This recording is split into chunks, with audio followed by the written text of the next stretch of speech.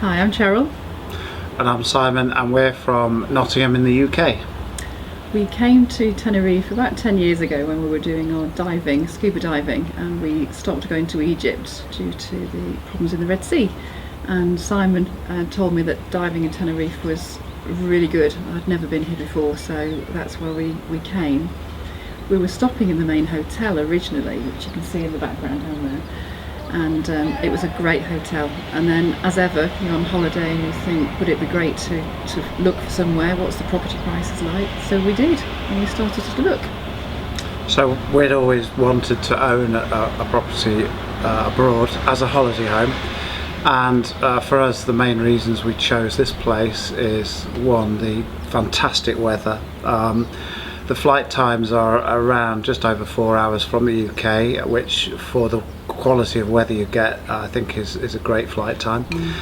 We really like Los Gigantes as a location because although it's very lively and a lot of bars and restaurants and everything, it is also quite a quiet place as well for you to relax with your friends, and so therefore we chose to buy an apartment here in Los Gigantes. It's quite a village feel and a community feel to it, isn't it? There's lots of festivals, there's always something going on in the village square, whether it's the schools are coming to do concerts or there's theatre shows, but there's always something going on, and there's so many bank holidays. You need to check when the bank holidays are, but there's usually something going on when there is one. So our favourite beach, we really enjoy San Juan Beach, Puerto San Juan. It's pebbly, again there's diving off there, but we haven't done that from there, but we watched them going in. But it's quite a nice curved beach and you feel safe swimming in there. There was a very good bar there, but now we do like to go down to the village beach here, don't we, as well? In fact, our friends are down there now on the beach waiting for us. Okay, our favourite bars, we do like a drink in the evening, and our few favourite bars would be Highland Paddies. Your favourite bar is Highland Paddies. My favourite bar is Highland Paddies, which for differing reasons, if you're a sports fan, there is nothing to touch it in terms of sports coverage from all over the world. The drinks in there are incredibly well priced.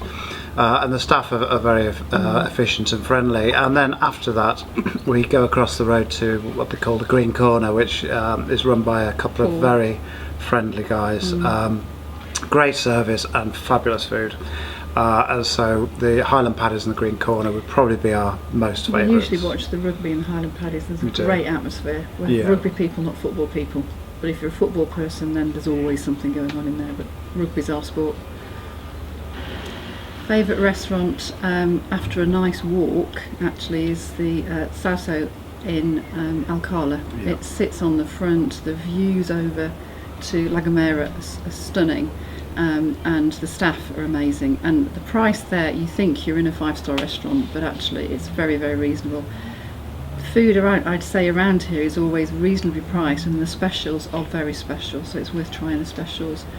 Actually also like Bougainville Villa in the square here. Beautiful steaks, and again very reasonably priced, standard range of food. And the tapas in any bar, if you go and have tapas, you are not going to be disappointed. Okay, yes, we do enjoy some sports. There's a lot of great walks around the coast in Tenerife. We often walk to Alcala and the restaurant that Cheryle mentioned there, but also as well, one of the reasons what brought us to Los Gigantes was the diving and the dive school down in the harbour with Cheryle, of which we have probably been diving with them for about 10 to 15 years.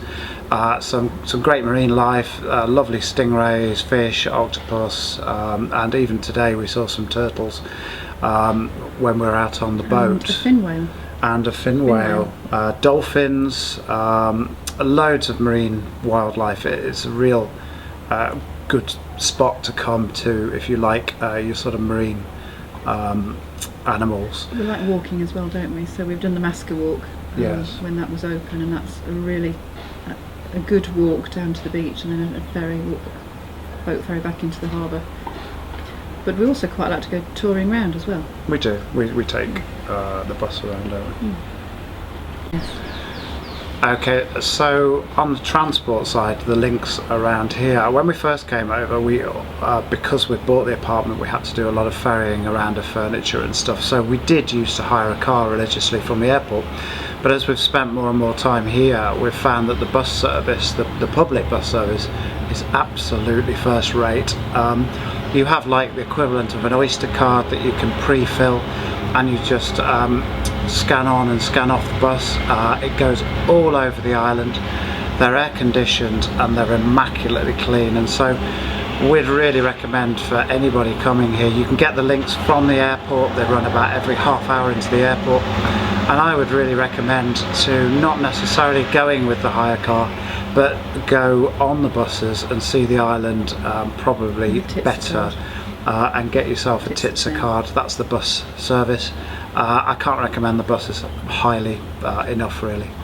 And we go over the island, the other side to the north coast, which is completely different to the south coast, and it's just great on the bus. We go to Icod de la Vinos and down up to Porto de la Cruz. Love it. And it literally is a matter of a few euros, you know, so here to the airport will probably cost you about 10 to 12 euros for maybe 30-40 kilometres, you know. So if you're running locally, you literally are only spending maybe 3 or 4 euros a day on short stops. Don't speak Spanish, but you're trying, aren't you? And you try and learn a few words. Yeah, a few words every now and again. We are determined to learn Spanish. I've got to say, all the people we've come across are so friendly, and if they know you're trying to speak Spanish, they will help you. But also, they are extremely good at English, and they are very good at recognising you. So we now know quite a few people who we've seen in restaurants or bars or whatever. Or even in shops, and they're always very welcoming and will say hello, and I'm really quite, you know, grateful we're back, really, which is good. No, the village has a good community feel. Yeah. It is quieter than your centres like Los Cristianos, but you know, that's why we like it. Yeah, that is why we like it. Other people will like the more busy centres, but here is very much a community feel, and it is nice and quiet. Well, we found the property through Kerry. She was touring us around, and she showed us some fantastic. What we realised afterwards, she was showing us various properties just to narrow down what we wanted. But she did a very good professional job in that, and kept in touch with us all the way through. So when we found this property, she held our hands from beginning to end with Nikki. And I can't rate them highly enough for how professional they were, and how friendly, and they just got to know what our needs were and looked out for the right property for us to help us. I mean, I would just echo that. I think the biggest thing for us was, you know, buying a property. I mean, certainly a first property abroad for that first time can be quite sort of daunting, and they just looked after everything that we had to do, and there's a big difference between, I would say, a estate agent out in the UK, where we all have experience of that, where they will sell your house, they'll give you the keys, and then really that is it, other than paying the bill. Whereas out here, they literally stay with you for the lifetime of when you are out here. I mean, the issues they deal with are not just tied to the legalities or the property itself. You know, they will help you with really anything or any questions that you have, or if you have family coming, you know, they will look after that. They offer to answer any queries that they may have as well. So particularly when your daughter came over, we also needed to use a notary because we couldn't finalise when we thought we could, and they handled that. Took us to meet one who handled the actual sale. They delayed the sale because there was an issue with the property which we were totally unaware of, and they sorted that. And actually, once it had gone through, they insured it for us and then told us they'd done that on our behalf, which you would never get in the UK. Brilliant.